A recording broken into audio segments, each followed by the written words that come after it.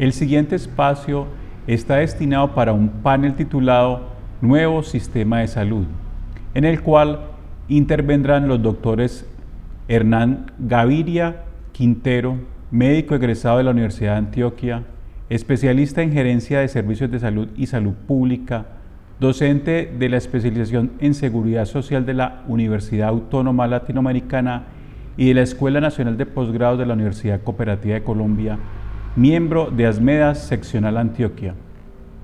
También participará Luis Alberto Martínez Saldarriaga, odontólogo de la Universidad de Antioquia, especialista en Administración de Servicios de Salud de la Facultad Nacional de Salud Pública, magíster en Administración de la Universidad Pontificia Bolivariana, quien se desempeña actualmente como director ejecutivo de la Asociación de Empresas Sociales del Estado de Antioquia, AESA. Carolina Corcho Mejía, médica y cirujana de la Universidad de Antioquia, psiquiatra de la Universidad Nacional de Colombia, impulsora e investigadora de la salud como derecho fundamental, miembro de la Mesa Nacional por el Derecho a la Salud, integrante de la Comisión de Seguimiento de la Sentencia T760, órgano consultor de la Corte Constitucional, vicepresidenta gremial de la Federación Médica Colombiana, expresidenta de la Asociación Nacional de Médicos Internos y Residentes ANIR, y Julia Andrea Marino Espina, médica general egresada de la Universidad de Antioquia, magíster en salud pública de la misma universidad, docente del Departamento de Medicina Preventiva y Salud Pública de la Universidad de Antioquia, coordinadora académica del área de salud y sociedad de la Facultad de Medicina de la Universidad de Antioquia. Buenos días a todas y todos. Muy agradecido y honrado con la invitación que me ha cursado Asmedas Antioquia para participar en su 33º Congreso de Medicina General y Social, que seguramente es de las organizaciones gremiales que bate récord en el país. Voy a participar en el tema que habían propuesto sobre el nuevo sistema de salud y quisiera hacer unas consideraciones. Primero que todo, sí quiero reivindicar que estamos en plena vigencia de la ley estatutaria 1751 de febrero, del 17 de febrero de 2015, que tiene también otra trascendencia bien importante. Por ser una ley estatutaria, tiene incorporada una sentencia, la C313 de obligatorio cumplimiento en cualquiera de los considerandos. O nos remitimos al articulado de la ley o a los considerandos de la sentencia. Me parece a mí que lo traigo simplemente para todos los trabajadores de la salud, y sé que todos los panelistas que vamos a participar hoy estamos de acuerdo con esto. Vamos a construir desde la ley estatutaria un nuevo modelo de salud. Por eso traigo este titular de algún foro que se realizó en Cali un tiempo atrás, de que me parece a mí que nosotros tenemos que tener como punto de partida la ley estatutaria de salud. Esa ley estatutaria de salud se opone radicalmente a ese discurso del finado o del difunto, para decirlo en alguna manera, Juan Luis Londoño. Él hablaba de la economía social del mercado, donde había que compatibilizar el derecho a la salud con el derecho a la libertad económica, y fue lo que él en su mente llamó pluralismo estructurado. Y que ese pluralismo estructurado se podía desarrollar en la medida en que hubiera una competencia regulada.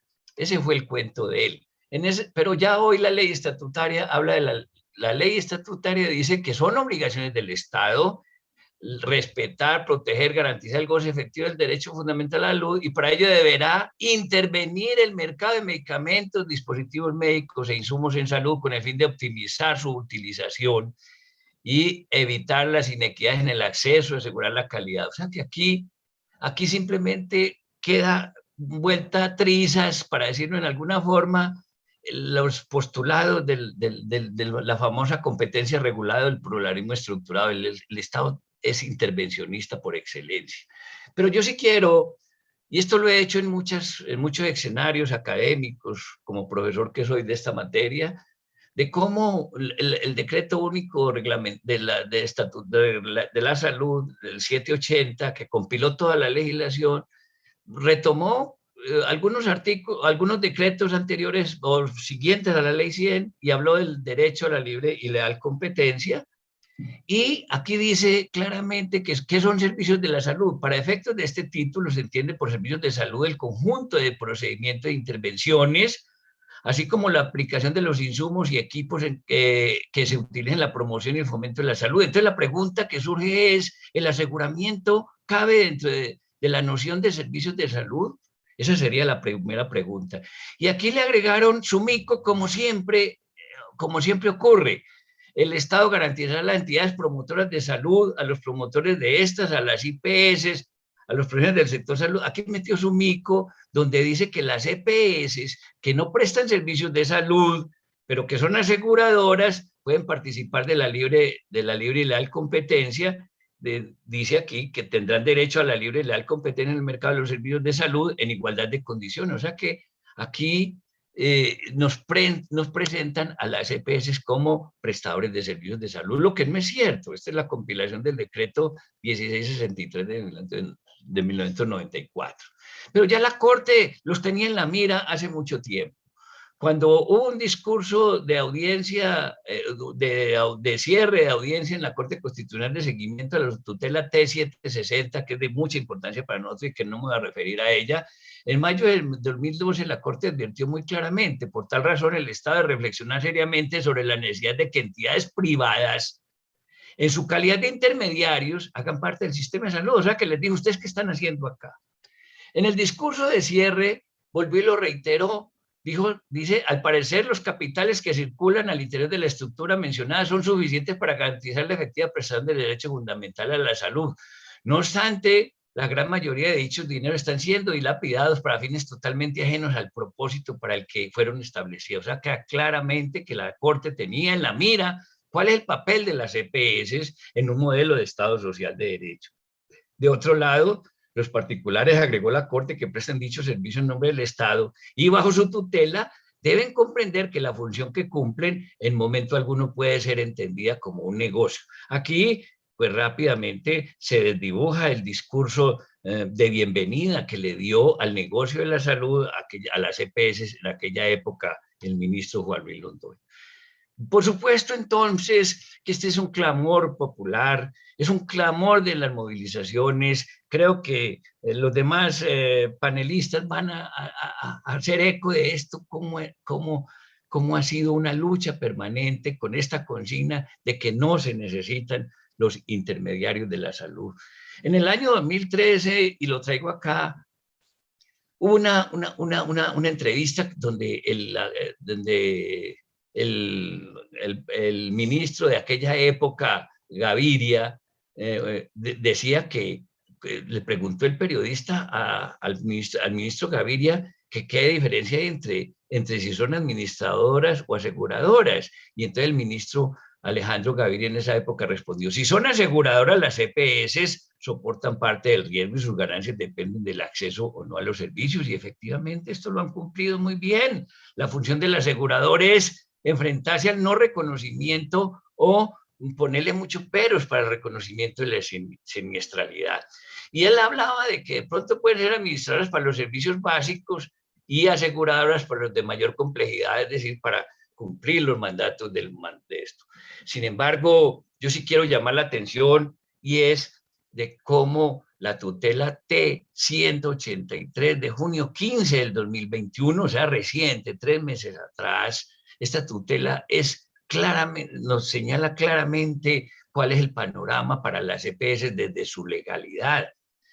En uno de los considerandos de esa sentencia, que los invito a que la lean, dice que al respecto resulta pertinente destacar que aunque el ordenamiento jurídico interno faculta a personas jurídicas de carácter privado a prestar servicios de salud, las EPS no prestan servicios de salud, son aseguradoras. Esta circunstancia no aminora el hecho de estar frente a un derecho fundamental. Y aquí subrayo, bajo ese entendido, un aspecto económico, pago de aporte al sistema, no puede significar un obstáculo drástico que impida la efectividad o realización de esa garantía. Aquí en este momento se le da un golpe al asegurador. El asegurador responde por unas coberturas en la medida en que se cumpla con el compromiso básico, que es el pago de la prima. Entonces, yo te pago, te doy una prima y tú me proteges. Pero si yo rompo con la obligación de la prima, pues la cobertura de inmediato se suspende. Y aquí dice, no, así no esté a paz y salvo en la persona con la EPS, no se le puede negar el servicio. Y aquí dice la EPS, este planteamiento también encuentra fundamento en la existencia de alternativas legales para atender el pago de las cotizaciones de deuda. O sea, dice, ustedes pueden resolver el problema por otra parte. Hay que retomar algunos hechos que son evidentes, y es como, por ejemplo, el año pasado, en el periódico El Pulso del Hospital San Vicente de Paúl, en esta edición número 265, este profesor que comparte conmigo cátedra en algunas universidades dice, en medio de la pandemia las EPS son las únicas que ganan. Y vea lo que dice este estudio. Dice que a junio 30, en plena pandemia, las EPS se ganaron 801.000 millones de pesos por actividades no facturadas, por UPC que no se consumió. O sea que las EPS aquí ya no están mostrando, viven es de la utilidad, de que quede o no la UPC, no es la cuota de administración. Y esto entonces, el ministro Alejandro Gaviria en esa época, y que seguramente el doctor Martínez también lo corroborará en su intervención, el proyecto de ley 210 de 2013 que se hundió, el ministro Gaviria de esa época, Alejandro Gaviria, y hoy candidato a la presidencia, hablaba de que había que reformar la ley cambiándole de nombre a las EPS por el de gestores de servicios de salud. Y él decía, ¿cuáles son los recursos de la EPS? Un valor per cápita ajustado por riesgo, o sea, la UPC, un valor derivado de la aplicación de los mecanismos de ajuste o redistribución y otros ingresos como los copagos, cuotas moderadas y rendimiento financiero. O sea que por primera vez se legaliza el entuerto de cuáles son los recursos de la EPS. Y él en el proyecto de ley decía de que el parágrafo de conformidad con la naturaleza jurídica de cada entidad, los excedentes de utilidades solo se liquidarán al cierre de la vigencia fiscal previo cumplimiento del régimen patrimonial, como quien dice al fin de año se hace el cierre financiero y lo que quede es la utilidad. Ese es el verdadero negocio por el que van las EPS. Las EPS no van por ese 8% del valor de la UPC.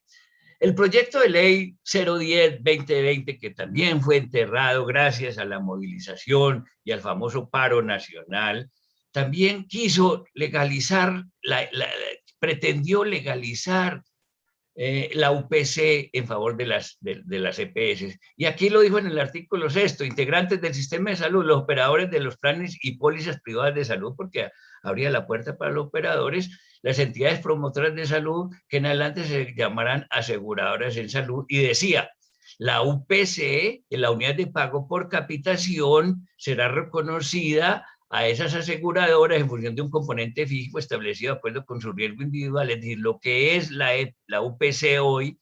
Entonces quiere decir que si a la EPS le entregan una UPC, si no ocurre el siniestro, enfermedad, la EPS o la aseguradora en salud se queda con la UPC. Se hundió el proyecto de ley y entonces la pregunta es, ¿quién queda con eso? Pero yo sí quiero entonces señalar y reivindicar mucho lo que dijo el artículo, la ley estatutaria.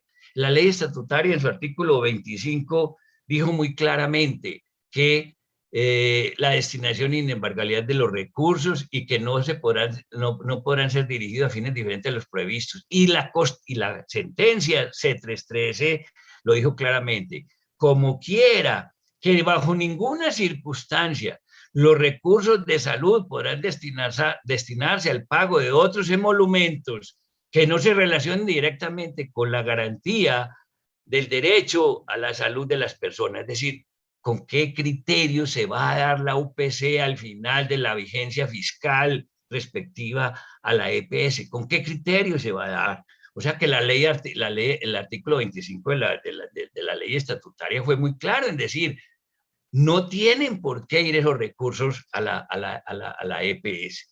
Entonces, con esto yo sí quiero devolverme en el sentido de que si nosotros no vamos a hablar de un nuevo sistema de salud, sino qué modelo de salud necesitamos, partiendo de que tenemos ya un marco de referencia de una ley estatutaria, la ley 1751, que nos obliga a cumplirlo. Me parece que lo he dicho yo mucho en la academia y es, cuando vamos a por vía tutela, vamos a ponerle el tate quieto a las EPS para que no se queden con esta plata que no les pertenece. Fracasó el proyecto de ley de Gaviria, Alejandro Gaviria, fracasó el proyecto de ley 010 y hundió el proyecto de ley 010 que pretendía legalizar esto y hoy estamos en veremos. La pregunta es, ¿cuándo le vamos a poner el tate quieto a esta desviación de recursos y a esa incluso no legalidad que tiene la EPS en la vida del sistema de salud que estamos en este momento aceptando? Yo dejo aquí mi participación, vuelvo y reivindico que los trabajadores de la salud por lo menos estamos de acuerdo todos en que necesitamos un nuevo modelo, pero un nuevo modelo que parta de desarrollar la ley estatutaria de salud. Muchas gracias. Buenos días a todos, un saludo muy especial de parte de la Asociación de Empleados Sociales del Estado de Antioquia, AESA, y de la Mesa Antioquia por la transformación del sistema de salud colombiano. Un agradecimiento muy especial a ASMEDAS por hacernos partícipe de este congreso que trata de visualizar cómo sería un nuevo sistema de salud. La ponencia que les voy a presentar seguidamente se llama de la mercantilización del servicio público esencial a la garantía del derecho fundamental a la salud. Y tiene básicamente dos puntos en estos 15 minuticos. Primero vamos a hablar de lo que hemos denominado la trampa de la mercantilización de los servicios de salud y posteriormente vamos a hablar de los consensos de la Mesa Antioquia para transformar el sistema de salud colombiano.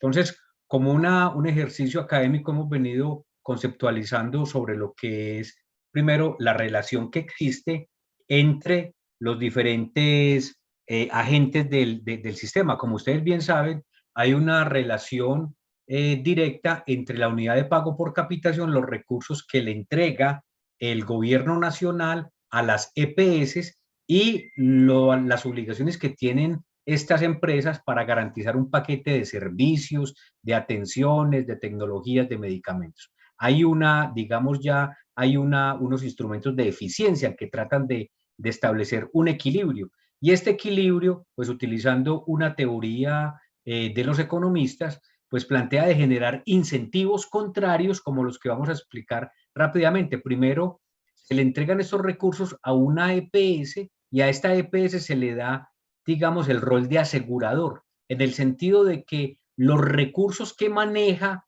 de esos recursos va a sacar su utilidad, su ganancia. Entonces, ¿qué hace esta EPS? Pues trata de contener costos y eso lo hace de manera muy diversas. Una de ellas, hacer una compra inteligente, nos han vendido. Por ejemplo, pagarle por una metodología de contratación y de pago que se llama PGP, Pago Global Prospectivo, una suma fija por cada paciente que atienda de manera, digamos, integral, por una patología o por un grupo de patologías o por un grupo etario o por un grupo de riesgo.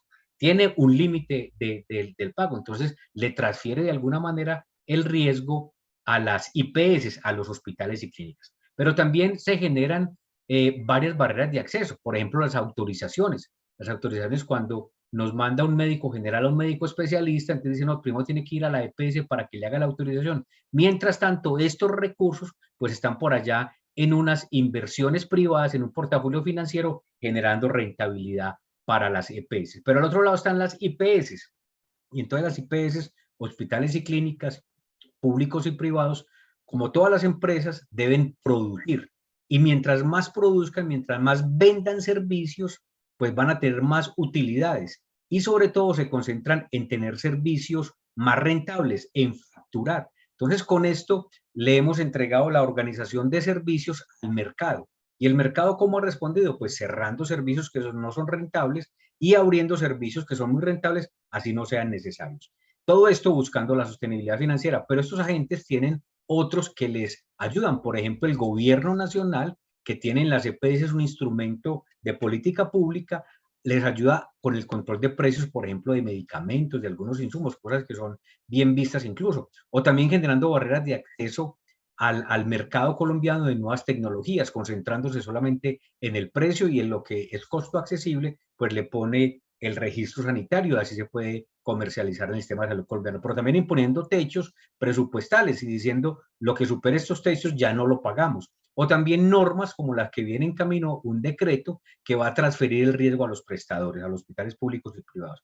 Pero también los prestadores públicos y privados, las IPS tienen al complejo médico industrial presionando para que los médicos y los profesionales formulen medicamentos nuevos, innovaciones entre comillas, que obviamente generan mayores costos. Y también lo que se ha denominado la judicialización del derecho, lo que se da permanentemente de poner tutelas o interponer querellas judiciales para poder garantizar el acceso a los servicios. Y el tema de las patentes, donde el complejo médico industrial, vía la innovación, vía la propiedad intelectual, nos impone unas patentes que les garantizan a los laboratorios imponer los precios por 20 y por 30 años en nuestro mercado colombiano, y los pagos por evento que generan, digamos, como una inducción. Entonces estamos en esta trampa, digamos, de tratar de buscar mediante incentivos financieros contrarios un equilibrio, y obviamente todo esto hace sinergia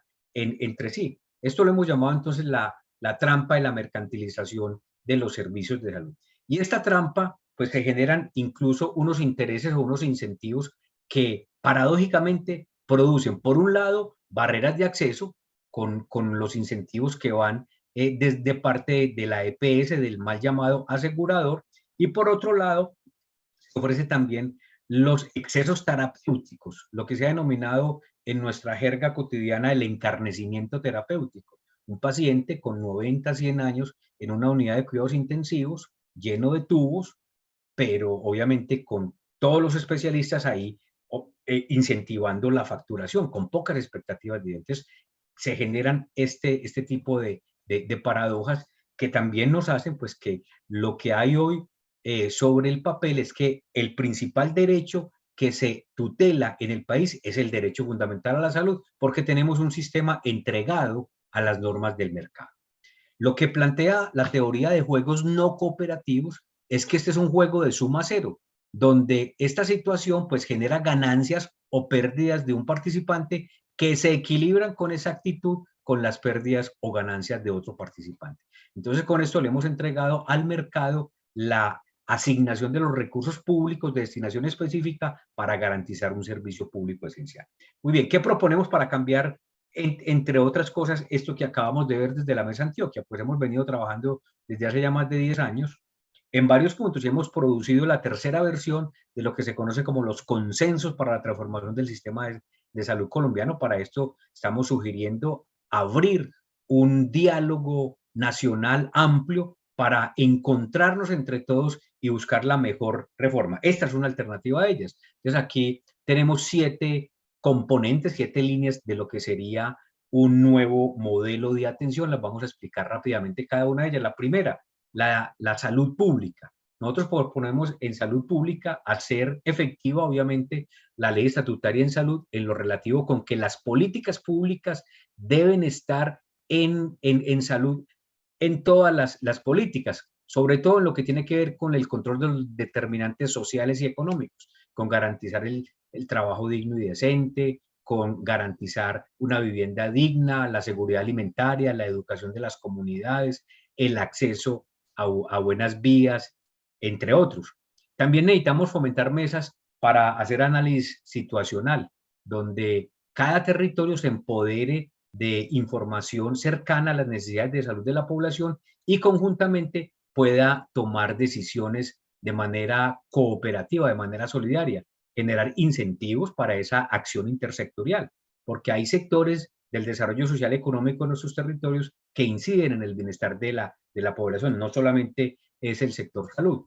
También necesitamos formar continuamente las entidades territoriales para hacer estos análisis de situación en salud y necesitamos también generar un sistema integral de vigilancia en la salud pública. Si esto lo tuviéramos ya consolidado, pues en la epidemia del COVID o la pandemia del COVID no nos hubiera ido tan mal como nos ha ido en nuestro país. Necesitamos también nuevas fuentes de financiación para poder implementar lo que se denomina modelos regionalizados de la salud pública, porque nuestras subregiones, Bajo Cauca, Nordeste, Magdalena Medio, y si lo pensamos a nivel nacional, pues la costa, los Santanderes, nuestro distrito capital, pues se comportan de manera distinta. Entonces ahí necesitamos hacer modelos regionalizados de la gestión de la salud pública.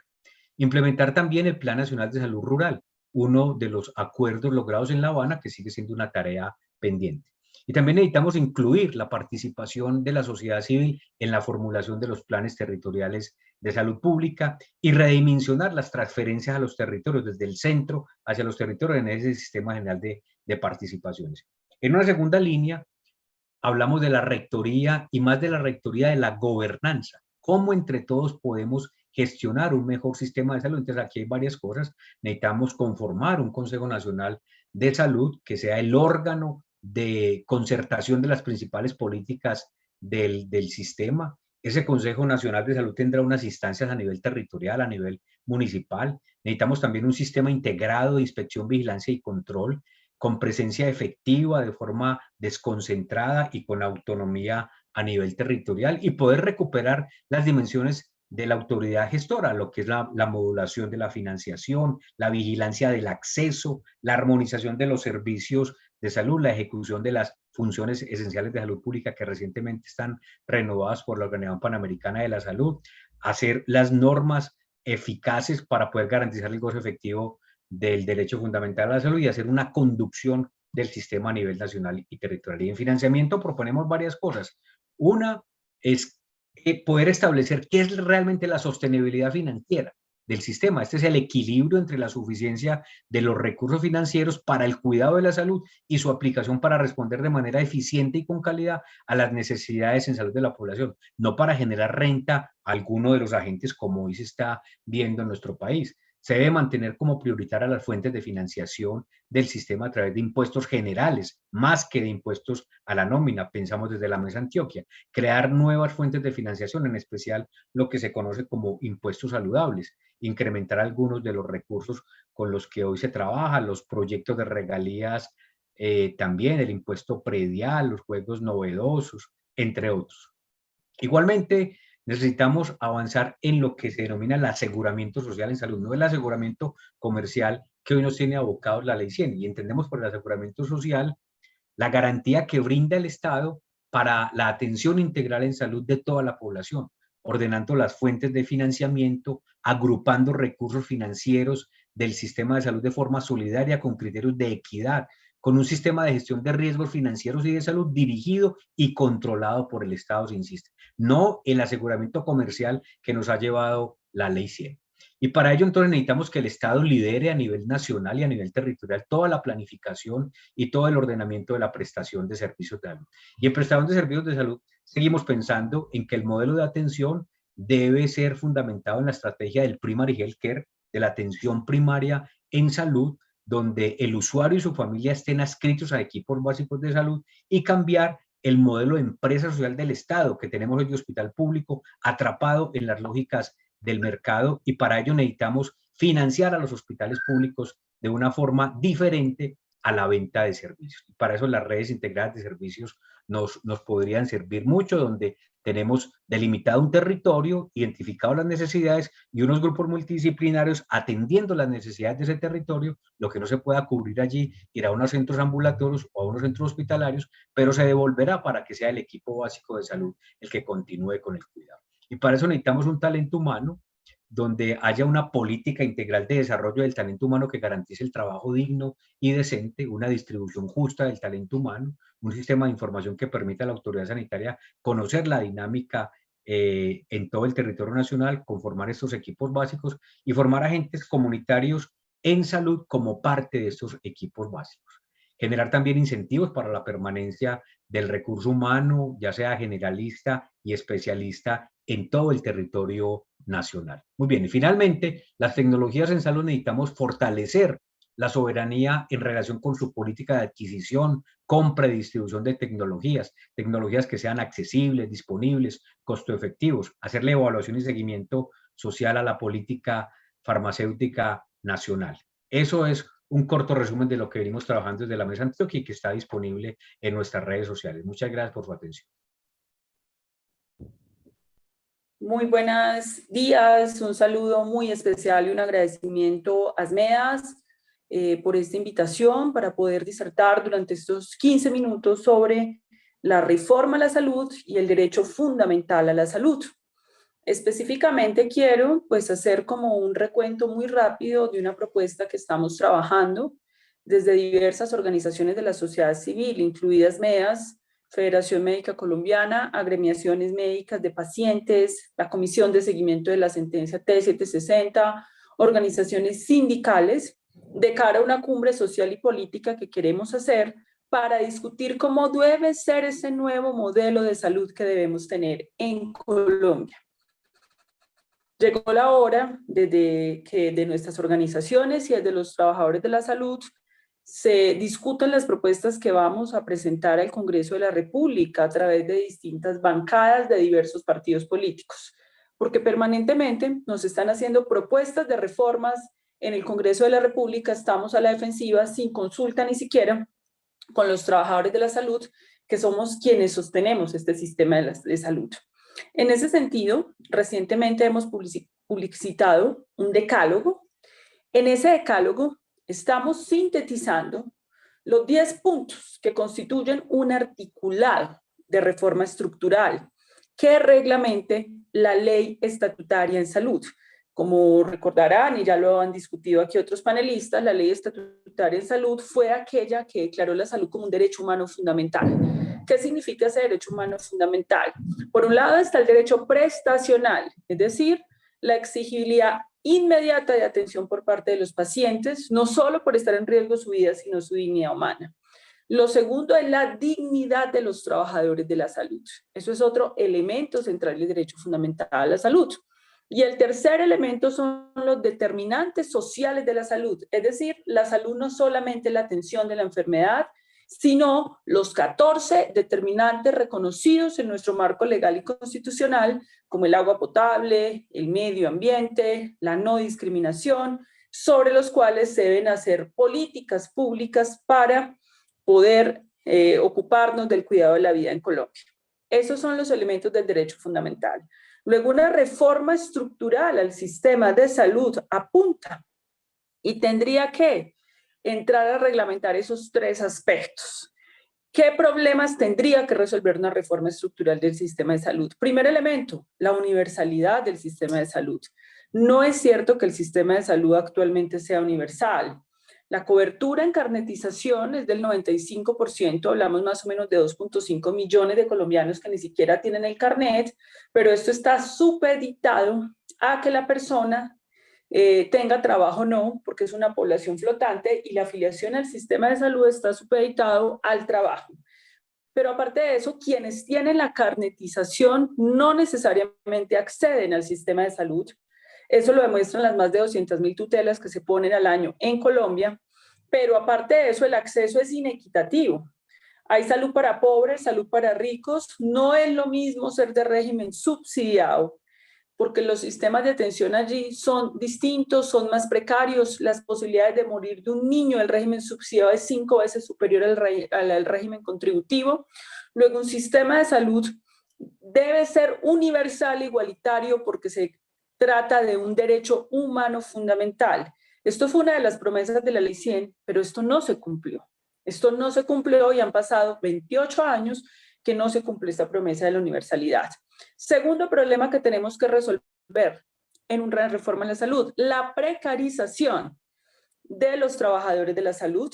El 80% estamos contratados a destajo, bajo degradantes de precarización laboral, del cual las MEAS es uno, digamos, de las organizaciones de nuestro país desde el punto de vista médico que ha hecho unas batallas importantes al respecto, pero aparte de eso, el capital humano, el talento es el capital más importante de cualquier sistema de salud en el mundo.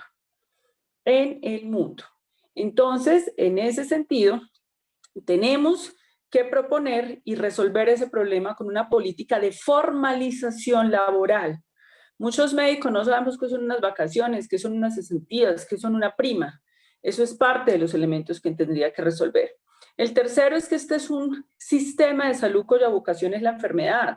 Aquí nos dedicamos a la enfermedad y al negocio de la enfermedad. Por tanto, un proyecto de reforma a la salud tendrá que desarrollar los mecanismos concretos a que el sistema vuelva a la atención primaria en salud, a la salud pública, a la salud preventiva, y evidentemente esto se tiene que hacer mediante intervenciones que se hagan sobre los determinantes de la salud, por ejemplo, accidentalidad de tránsito. Hay políticas públicas para prevenir la mortalidad por accidentalidad de tránsito. Por ejemplo, el medio ambiente, por ejemplo, acueductos, alcantarillados, que si bien no se financian con los recursos del sistema de salud, sí deben hacer parte de la planeación estratégica del sistema para que estas metas se incluyan en las metas de los planes de desarrollo nacional y local. Ese es otro elemento. Y otro elemento que es estructural es la intermediación financiera. Colombia es quizás el único sistema del mundo en donde echaron el cuento que se requerían las CPS para poder mantener el sistema de salud. Las CPS en estricto sentido del término no son aseguradoras, son administradoras de recursos públicos de los colombianos. La financiación de la salud se da vía los aportes que hacemos los colombianos con nuestros recursos y vía los impuestos generales de la nación. Luego, esa financiación es pública. Estos intermediarios son administradores de recursos públicos, en ningún momento son empresas privadas. Entonces, en ese sentido, en Colombia, cuando inició la Ley 100, hubo 200 CPS, 200 sistemas de salud. Se calcula en el mundo que en esa intermediación y en ese manejo de recursos se queda entre el 30 y el 40% de los recursos. Eso es muy alto. Y aparte de eso, estos recursos que se quedan allí son recursos que se niegan para los fines misionales del sistema, que es el pago de trabajadores, de tratamientos. En Colombia hemos sabido que por el diseño perverso, el diseño estructural perverso de la Ley 100, el incentivo de estas organizaciones es la negación de servicios de salud para poder hacer esas platas que guardan en los bancos donde obtienen rendimientos financieros. Esto es el gran negocio de la salud realmente. Y los sistemas de salud en el mundo no requieren eso. Por eso la propuesta de reforma estructural del sistema de salud que estamos discutiendo, fundamentada en los mejores sistemas de salud en el mundo, propone un diseño institucional diferente. No se necesitan EPS. Vamos a generar una nueva institucionalidad que asuma esas funciones, que sean descentralizadas con unos mecanismos anticorrupción. No es lo mismo que dicen que es que vamos a volver al Sistema Nacional de Salud. Eso no es lo que se está proponiendo acá. El Sistema Nacional de Salud en Colombia era un sistema fragmentado, no era ni siquiera un Sistema Nacional de Salud. Habían unos pacientes atendidos por el Seguro Social, otros por la caridad de los hospitales públicos y otros por la atención privada. Es decir, no hubo una cobertura universal. La Ley 100 intenta resolver este problema, pero se queda en lo mismo. Sigue fragmentando a los ciudadanos entre subsidiado, contributivo y vinculados, que no deberían llamarse vinculados, sino desvinculados. Entonces, en ese sentido, aquí no se está proponiendo volver al Sistema Nacional de Salud, que tiene los mismos errores de la Ley 100 en materia de la cobertura universal. Nosotros lo que estamos proponiendo es un manejo transparente de los recursos. En este momento no hay una política anticorrupción clara del manejo de los recursos de la salud. Por eso, vamos a crear esas entidades descentralizadas. El sistema tendría una rectoría nacional dada por un Consejo Nacional de Salud, conformado por el gobierno y la sociedad civil, que dictamina las distintas políticas públicas. Por ejemplo, en materia de salud mental, ¿qué vamos a hacer? En materia de trabajadores, ¿qué vamos a hacer? Este consejo se descentraliza en consejos territoriales de salud en las distintas regiones epidemiológicas. Después de esto, debajo de estas hay unas unidades técnico-administrativas que no corresponden a la división político-administrativa de gobernadores y alcaldes, que tiene que rendir cuentas a ese Consejo Territorial de Salud y que asume las funciones de las EPS. Esto tiene que tener todos los límites de corrupción, pero es que lo que tenemos hoy no lo tiene. Un EPS, por ejemplo, que tenga 3 millones de afiliados, recibe aproximadamente 2.4 billones de pesos al año. ¿Ustedes conocen la junta directiva de alguna de esas EPS? ¿A quién rinde cuentas? ¿Esa plata para dónde se va? Es decir, el sistema de salud en Colombia es un sistema diseñado para la corrupción por varios elementos. Primer elemento, no tiene un sistema de información público en línea que permita hacer un seguimiento de los manejos administrativos y financieros. Luego salen los recursos de los bolsillos de los colombianos, se entrega una serie de intermediarios y ahí no sabe mayor cosa de lo que pasa allí. Por supuesto que este es el caldo de cultivo perfecto para una fuga de recursos masiva como la que se ha presentado en Colombia. Solamente se ha documentado el caso de Saludcop, pero Saludcop no es una manzana podrida, es la manera misma como operan las EPS, donde la Contraloría demostró que esta EPS se quedó con 1.5 billones de pesos, eso es muchísima plata, que destinó con fines distintos a la atención en salud. Entonces, un sistema de información no existe en este momento. El sector financiero tiene un sistema de información que permite saber casi que en el día a día cuáles son las transacciones pormenorizadas en todo el país. Eso no existe en el sector salud. A ciencia cierta no se sabe cuántas son las deudas de las EPS con las clínicas, con los hospitales, con los trabajadores, las EPS liquidadas. Por supuesto que esto es un diseño institucional donde es muy fácil robar. Es muy fácil robar porque no hay control. El sistema actual tiene una superintendencia de salud centralizada con 800 empleados y que es una puerta giratoria. Muchos de los superintendentes vienen del sector asegurador de las EPS y vienen a la superintendencia. Eso no es ninguna inspección, vigilancia y control. La superintendencia de salud ha demostrado su fracaso en eso porque además una de las aspiraciones de la ley 100 era que supuestamente el Estado regularía estas EPS. Eso no fue cierto. Como entregaste billones de pesos, alrededor de 50 billones de pesos a estos intermediarios adquirieron el poder con esos recursos de cooptar los organismos reguladores del Estado. Eso está demostrado. Comprar congresistas, como ya ha sido demostrado por el Consejo de Estado, disuadir a los ministros de salud y superintendentes para que hagan lo que ellos quieren. No hay ninguna regulación porque entregaste una plata muy grande que ellos controlan, sobre las cuales pueden pagar pauta y sobre las cuales pueden dirigir opinión pública. Luego eso de que el Estado iba a ser regulador 28 años nos demostró que eso ya no fue. Eso no fue. No pudo ser. No es que vamos a ver, es que no fue. Llevamos 28 años y no podemos seguirle dando vueltas a lo mismo. Entonces, en ese sentido, se propone esas unidades administrativas con un sistema de vigilancia, inspección y control. El superintendente de salud aquí no puede ser definido, decidido a dedo por un gobierno. Tiene que ser un tipo o tipa, mujer u hombre que tenga unas calidades meritocráticas por la función pública, independiente. Porque no, si no pasa lo de ahora, que la superintendencia de salud se volvió un instrumento de persecución a gobernadores, alcaldes o instituciones de salud que no estén de acuerdo con la política del gobierno. Eso es inaceptable en un Estado de Derecho. El sistema de vigilancia y control tiene que tener una independencia del poder político gubernamental para que pueda actuar con independencia frente a la corrupción, independiente de cuál es el gobierno que esté o no. Si el gobierno es similar ideológicamente al nacional o no, si la EPS, si la clínica, perdón, porque aquí no habría EPS, u hospital que tiene que controlar el gerente es amigo o no es amigo, tiene que ser una instancia independiente, descentralizada, con dientes en el territorio, para recibir la queja, por ejemplo, de los ciudadanos, pero además de la recepción de quejas de los ciudadanos con capacidad para poder sancionar a las instituciones que incumplan.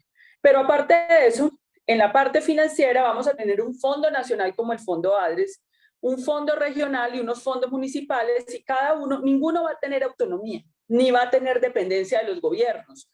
Todos van a tener vigilancia del superior. Para que nadie tenga autonomías absolutas, hay de rendición de cuentas y todo un cruce, digamos, institucional para que no se roben esos recursos, que eso es parte del diseño que estamos ya construyendo.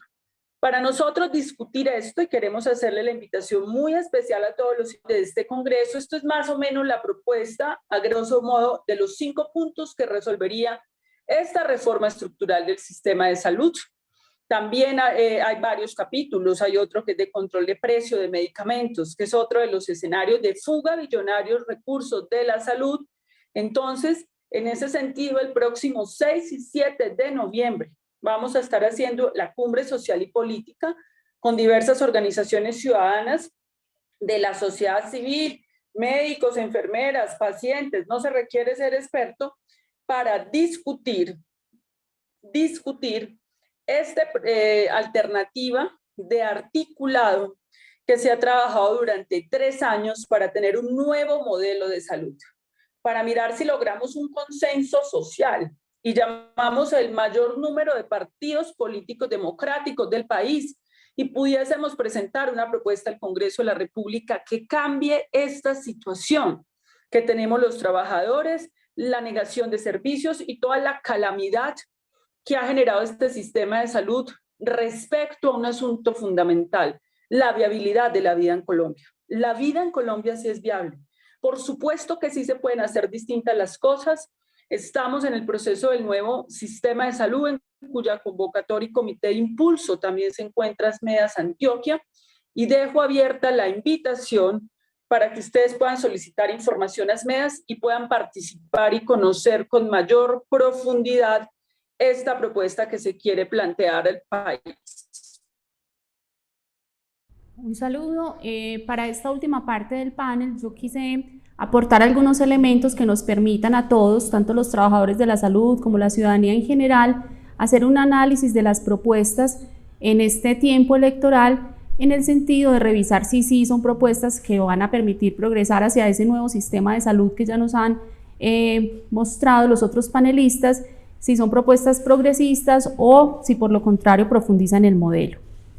Voy a tomar un único antecedente que tenemos muy fresco todos, y es el tema del paro nacional que vivimos este año 2020, en el cual se presentó un proyecto de ley que es el 010, que fue un proyecto que generó mucha polémica y que finalmente terminó siendo archivado.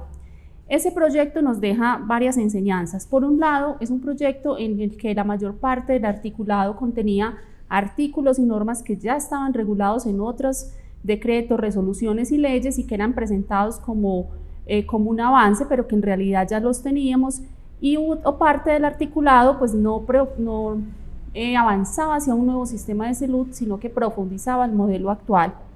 Y no, por supuesto, no solucionaba los problemas estructurales del sistema de salud. Finalmente, pues el proyecto se cierra, eso es una ganancia, pero deja abierto el debate sobre cómo debe ser el nuevo sistema de salud y el camino que debemos recorrer. En este tiempo electoral es una oportunidad para hacer unas elecciones adecuadas que nos permitan avanzar hacia ese nuevo sistema de salud. Sin embargo, también es un tiempo donde nos venden muchas promesas, hay mucho vendedor de humo y hay que saber analizar muy bien esas propuestas para identificar dónde están los detalles claves y si realmente sí son propuestas que nos van a permitir mejorar la salud del país o no. Entonces, lo que yo voy a brindar son algunos elementos muy generales para analizar esto. El primero es sobre el derecho fundamental a la salud. El derecho a la salud ya es fundamental hace muchos años en Colombia, dado por muchas sentencias de la Corte Constitucional y principalmente por la ley estatutaria en el 2015, o sea que no es novedoso que nos digan que el derecho a la salud va a ser fundamental, porque eso ya lo tenemos y es producto de muchas luchas y muchas vidas que se perdieron y muchas acciones de tutela. Y el otro tema con el derecho fundamental es que el derecho fundamental tiene dos componentes grandes que son, por un lado, el sistema de salud y por el otro, los determinantes sociales. Entonces no pueden decirnos que solamente modificando el sistema se va a garantizar el derecho fundamental a la salud, porque se requiere el trabajo en ambos componentes. En ese sentido, una propuesta progresista, una propuesta que vaya a mejorar la salud de los colombianos, en primer lugar tiene que estar en el marco de la ley estatutaria en salud. Todo lo que desarrolle tiene que estar en coherencia con la ley estatutaria. En segundo lugar, toda la propuesta que presenten los candidatos o los partidos en las otras dimensiones, en salud, en trabajo, en educación, en la alimentación, su postura frente a la paz tiene que ser que, digamos, contribuyan a la salud. No podemos decir que vamos a garantizar el derecho a la salud y hacer legislación, por ejemplo, que precarice el trabajo o que no genere condiciones para la paz o que perjudique el medio ambiente.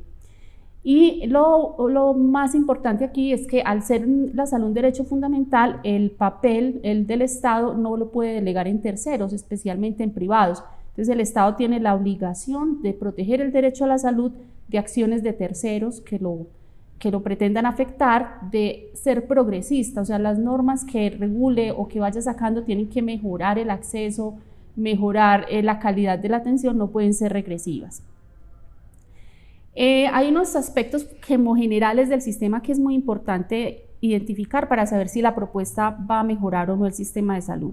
Lo primero es saber que nosotros tenemos un sistema de salud que es segmentado. Nosotros tenemos personas en el régimen contributivo, en el subsidiado, regímenes especiales y tenemos población pobre no asegurada. Y cada una de estas poblaciones tiene diferentes resultados en salud, lo que genera una desigualdad estructural. Un sistema de salud o una propuesta que realmente sea comprometida con la salud de los colombianos tiene que avanzar hacia un sistema único, no pueden haber personas no aseguradas y tiene que enfrentar el reto de la población migrante, especialmente la que está ilegal en el país, y el reto de cómo incorporar los regímenes especiales sin que se pierdan las ganancias que ellos han tenido. Entonces, si nos presentan una propuesta que perpetúa esa segmentación en regímenes, ahí no hay avances. Lo otro es que si bien hay participación de los privados en los sistemas de salud, es claro que esa participación debe ser en la prestación de los servicios y en proveer servicios, pero no en la administración de los recursos. El sistema de salud debe tener un carácter público en general. También es muy importante que esas propuestas avancen hacia la descentralización, que permitan a las entidades territoriales el manejo y la gestión sanitaria, el manejo de los recursos, y que realmente se observen avances en el abordaje de poblaciones especiales, por ejemplo, poblaciones indígenas, poblaciones afro, campesinos, toda la población de la ruralidad, cómo se va a mejorar el acceso, porque es una deuda que se tiene históricamente y que en realidad en este momento no está saldada. Y más allá de enunciar muchos principios que ya los tenemos, que están en las diferentes leyes que regulan el sistema, en la misma ley estatutaria, lo importante es que esos principios que se enuncien estén en coherencia con todas las reformas del sistema. No nos sirve decir que hay un principio de universalidad en el derecho y decir que tenemos población pobre no asegurada, o decir que hay un principio que es de acceso, pero no permitir ese acceso. Entonces tenemos que pasar entonces de la competencia entre los actores a la cooperación. Otro tema importante en el sistema de salud es la rectoría y la gobernanza. Hemos acumulado unos problemas a través de los años que tienen que ver con las fallas en la rectoría, en la inspección, vigilancia y control, y muy sentido en los territorios. Hay un excesivo número de normas que regulan el sistema, que lo han complejizado, que no permiten conocerlo y comprenderlo bien y tampoco han contribuido a la garantía del derecho. Entonces, más allá de sacar normas, lo que se requiere es una transformación profunda. Y por supuesto personal idóneo para que realice esa rectoría en los territorios. Tal vez la falencia más grande que hay ahora en la rectoría y gobernanza del sistema es que carecemos de unos órganos o unos espacios donde todos los actores que participan, hacen parte del sector salud y del sistema de salud, puedan sentarse a discutir, analizar y a tomar las decisiones de forma concertada. Teníamos antes un Consejo Nacional, después una Comisión de Regulación que fueron paulatinamente canceladas y en este momento carecemos de eso. Y requerimos equilibrar un poco los poderes y los intereses privados que a veces atentan contra los intereses públicos. Entonces, las propuestas para un nuevo sistema de salud deben tener muy claro cómo se va a fortalecer la rectoría, la inspección y vigilancia y control, especialmente en los territorios, y debe de contar con un órgano que puede ser un consejo, como se enuncian otras propuestas, con participación de todos los actores, y tiene que tener un nivel nacional y territorial, pero debe ser un órgano para la toma de decisiones, no solamente ser un órgano que aconseje o que dé directrices, pero que no tome decisiones. Eso no sirve porque ya lo hemos ensayado, y ahí es muy especial los aprendizajes que hemos tenido en las asimetrías de poder. de las aseguradoras frente a los prestadores, de los prestadores privados frente a los públicos, las asimetrías de poder de las instituciones frente a la población y las organizaciones sociales y comunitarias. Entonces, en ese órgano colegiado donde todos podamos estar y tomar las decisiones sobre el sistema de salud es muy importante la participación social y comunitaria, pero con un equilibrio de poder. Bueno, en el tema de financiación hay una pregunta muy clara y es si los recursos son suficientes o no. Por supuesto, todos quisiéramos mayores recursos para el sistema de salud, sin embargo, es muy importante considerar que nuestra población está envejeciendo paulatinamente, que la carga de enfermedad está sobre todo sobre enfermedades crónicas no transmisibles y que los avances en la tecnología y en los servicios de salud van a hacer que siempre el sistema de salud sea más costoso. Entonces, si nosotros inyectamos más recursos al sistema de salud, pero no hacemos promoción, no hacemos prevención, no fortalecemos los primeros niveles y no equilibramos otros factores, pues los recursos nunca serán suficientes y más si a eso le sumamos la corrupción. Tal vez el punto más álgido y el punto en el que hay que poner más atención en estas propuestas es quién va a administrar la plata, ¿cierto? En este momento tenemos un sistema que tiene unas aseguradoras que hacen la intermediación financiera y son entidades privadas. Esa experiencia ya sabemos que ha tenido dificultades en el flujo de los recursos, que ha generado incentivos perversos en las contrataciones y los pagos, que ha generado barreras de acceso, que ha estado permeada por la corrupción y no ha sido, digamos, adecuada. Entonces, en la financiación es muy importante como revisar todo eso y estar muy atentos en la financiación al tema de los aportes solidarios en el régimen subsidiado, que es un punto que estaba en el anterior Plan Nacional de Desarrollo, que se presentó en el proyecto de ley 010 y que sería regresivo porque no podríamos como decir que estamos avanzando si vamos a poner a las personas del régimen subsidiado a hacer aportes parciales. Entonces, en general, una propuesta progresista aumentaría los recursos del sistema de salud vía impuestos generales, el énfasis de lo público en el carácter de los recursos y es muy claro que en una propuesta que vaya a mejorar la salud de los colombianos se debe hacer un subsidio a la oferta pública, es decir, a los hospitales. Mejorar los incentivos, sobre todo incentivos mediados por resultados, aumentar los recursos para la salud pública y cero tolerancia a la corrupción. Ahí está como lo clave en la financiación. Y muy ligado a la financiación vamos a mirar un poco quién va a administrar los recursos, ¿cierto? ¿Quién nos proponen que administren los recursos en esas nuevas propuestas? Nosotros tenemos esa función del aseguramiento y la administración delegada, el Estado la ha delegado por más de 2 décadas en los privados, en las EPS. Entonces a nosotros como país no nos sirve un cambio de nombre, o sea, no nos sirve que nos digan que ya no va a haber EPS sino AS, administradoras de salud o cualquier otro nombre.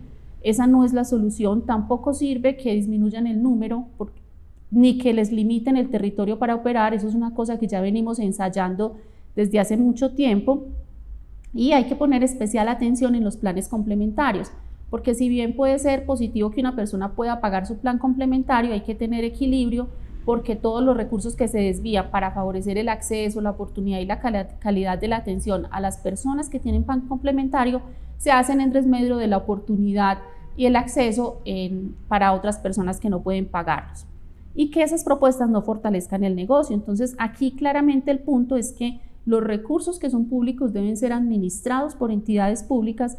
Esa administración debe tener también un carácter nacional, pero especialmente descentralizado y se requiere fortalecer las capacidades técnicas para esto y que se permita la veeduría en el manejo de los recursos y que haya transparencia. En relación con el modelo de atención, pues las propuestas casi siempre nos van a decir que vamos a virar hacia un modelo de atención primaria en salud. Sin embargo, eso es algo que ya tenemos desde 2011 con la 1438, hay una resolución que regula la política y el modelo.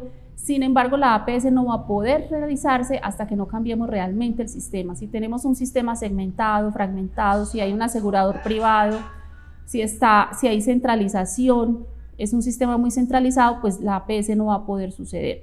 Entonces, realmente para un sistema de salud basado en APS, nosotros requerimos una transformación de fondo del sistema de salud. Entonces, esa promesa de vamos a hacer APS, pero con el mismo modelo de sistema, es una promesa que no se puede cumplir. Y con la APS, pues muy importante todo lo que es el tema de acción intersectorial, determinantes sociales y participación. En el área de prestación de servicios de salud es muy importante reconocer que la oferta de prestadores ha avanzado, pero principalmente privados. En este momento el país, el 90% de los prestadores son privados y están concentrados en unos nodos en el país y en unas urbes, y dentro de las urbes, dentro de las grandes ciudades, en unas partes, con un debilitamiento sistemático de la oferta pública. Entonces aquí las propuestas deben ser muy claras en cómo se va a fortalecer la red pública, cómo se va a subsidiar la oferta de esos hospitales y no permitir la liquidación de los hospitales alegando la sostenibilidad financiera. En el plan de beneficios es importante mirar si ese plan de beneficios va a seguir con un listado positivo y un listado de exclusiones, o si va a ser atender al mandato constitucional de que solamente se excluyan lo que ya la ley estatutaria ha dicho y el resto cubra todo. Y con el tema de redes integradas, más allá que nos diga que son integradas, que eso va a mejorar el acceso, ahí lo clave es mirar quién va a manejar la red. Si la red la van a seguir manejando las aseguradoras, ahí no va a haber avance, pero la red debe estar a cargo de las entidades territoriales, debe ser la autoridad sanitaria quien arme la red de servicios de salud, y ahí estaría como un avance, pues ahí estaría la posibilidad del cambio. Y como aprendizajes de la pandemia, todo el tema de soberanía en salud. Tenemos que mejorar las capacidades para realizar pruebas diagnósticas, fortalecer los laboratorios en salud pública, de poder desarrollar insumos, vacunas. Bueno, y finalmente con el tema de talento humano, es muy reiterado que en los proyectos de ley las reformas apunten hacia regular la medicina general y las especialidades. Sin embargo, pues el talento humano es mucho más amplio, contiene otras especialidades, otros profesionales, técnicos, tecnólogos, gestores comunitarios. Y lo otro que es muy reiterado en las propuestas o en las promesas que nos hacen es prohibir la tercerización. Eso ya tiene un marco normativo hace mucho tiempo, está prohibido hace mucho tiempo, y realmente lo que se quiere es que toda esa norma se cumpla. Entonces, ¿qué pregunta le podríamos hacer a las propuestas en relación con el talento humano? ¿Esta propuesta habla solamente de las profesionales en medicina o habla de todo el talento humano, de odontólogos, auxiliares de enfermería, de todo el talento humano? ¿Cómo va a solucionar el tema de la cantidad? Se requieren más, pero ¿cómo va a solucionar el tema de la distribución? ¿Cómo hacemos para que en las periferias del país haya más recurso humano, más profesionales en medicina, en enfermería, que lleguen las consultas de las especialidades médicas? ¿A cargo de quién estará esa formación? Que también ha sido una tendencia a limitar un poco la autonomía universitaria y delegar el tema de la formación en los aseguradores. ¿Cómo vamos a generar incentivos para que los profesionales permanezcan en el país y permanezcan en los sitios más aislados? Y principalmente, ¿cómo vamos a garantizar el trabajo decente del talento humano en salud? No nos digan que no vamos a tercerizar porque eso ya está prohibido, sino cómo vamos a hacer que no se tercerice y cuáles son las sanciones para quienes incumplan. Y especialmente esas propuestas han sido concertadas, recogen lo que las agremiaciones quieren, han sido concertadas, o es una propuesta unidireccional. Entonces, para cerrar, hay suficiente evidencia de las fallas estructurales del sistema de salud, y esas fallas estructurales tienen unas consecuencias muy graves que generan enfermedades evitables, secuelas, complicaciones y muerte. O sea, no es un asunto menor, es un asunto que genera mucho dolor y mucho sufrimiento. Lo otro es que existe un conocimiento acumulado y hay propuestas muy concretas, como han presentado los otros panelistas, para transformar el sistema de salud. Y ese nuevo sistema de salud debe ser una construcción concertada entre todos y todas. Ahora, para poder digamos, hacer un análisis y un análisis atento de las propuestas que nos van a presentar los partidos y los candidatos, se requiere conocer en detalle el sistema de salud, porque quien no lo conoce pues puede caer en apreciar una propuesta como progresista, pero realmente que no contiene transformaciones de fondo. Entonces para esa participación informada se requiere conocimiento, y en ese conocimiento todos podemos participar, formarnos y formar a otros, los pacientes, la comunidad, los trabajadores de la salud y la ciudadanía en general. Esa decisión no es una decisión que podamos dejar en los expertos y los técnicos, sino que es una decisión en la que debemos participar todos, porque a todos nos va a afectar a nosotros, a nuestras familias, a nuestros pacientes, a nosotros como trabajadores de la salud. Yo dejaría aquí y invitaría a todos como a estar muy atentos a a las propuestas y hacer una revisión juiciosa de qué es lo que nos están diciendo que nos van a proponer y si eso realmente sí nos va a permitir un cambio o si vamos a estar otros 4 años con el mismo sistema de salud, con los mismos problemas y acentuando el modelo de mercado. Gracias por la escucha.